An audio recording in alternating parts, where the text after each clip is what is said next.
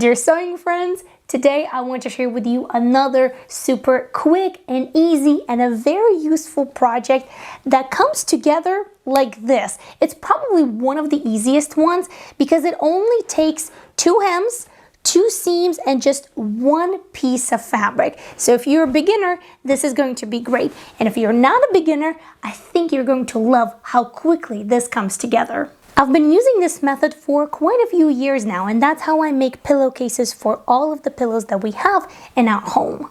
We have a couple of supplies that we will need, so let's start with fabric. Today I'll be working on a decorative pillowcase, and for those I like to go with something that has a little bit more sturdiness to it. So in this case I have cotton duck cloth right in front of me. Then of course we will need a pillow insert. This one is probably the most common. This is Crafter's Choice. There were 2 pillows in the pack and I got it at Walmart. To start working on our pillow, we will need to measure it. Now mine says right over here it's 16 by 16, but if yours doesn't, then measure from side seam to side seam and then also measure from top to bottom. Now each pillow needs the front, the back, and also a little flap over here that will go to the inside. So to cut my fabric, this is what we're going to do. I'm going to make 1 square that is exactly the same measurements as the pillow, so 16 inches by 16 inches in my case. That's for the front. The next one is going to be exactly the same one for the back.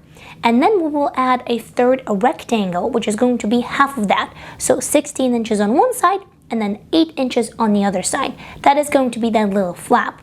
Depending on the size of the pillow and how firm pillow is, this might need to be a little bit smaller in your case, so definitely test. For example, in the pillow like this part is definitely smaller than a half, probably about a third, maybe a little bit less than 1/3. Now we're going to put them all together and cut as one piece. Let's finish the 2 short ends of our future pillowcase. To start, I like to apply a little piece of interfacing right here on the edge on the wrong side of the fabric to prevent stretching and warping out of the edge. But this step is totally optional, and we're going to do that on both ends. Next, to create the hem, we're going to fold it in 1/2 inch once and give it a good press. And we're going to do 1/2 inch one more time and give it another good press. Then let's pin it and head to the sewing machine. Here, with a straight stitch and a back stitch at the beginning and at the end, we're going to stitch it down. After that, I also wanted to create a beautiful design on my future pillowcase, and for that, I'm going to be using fabric scraps from previous projects. This is going to be an applique technique, and it is a great opportunity to use some of those beautiful decorative stitches that you have on your sewing machine.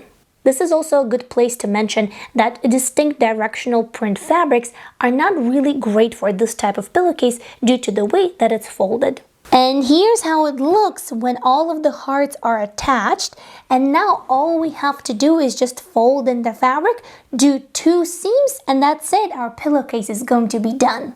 Now first I'm going to turn it like so. Now from the top I'm going to measure 15.5 inches, and I have made for myself a little mark over here.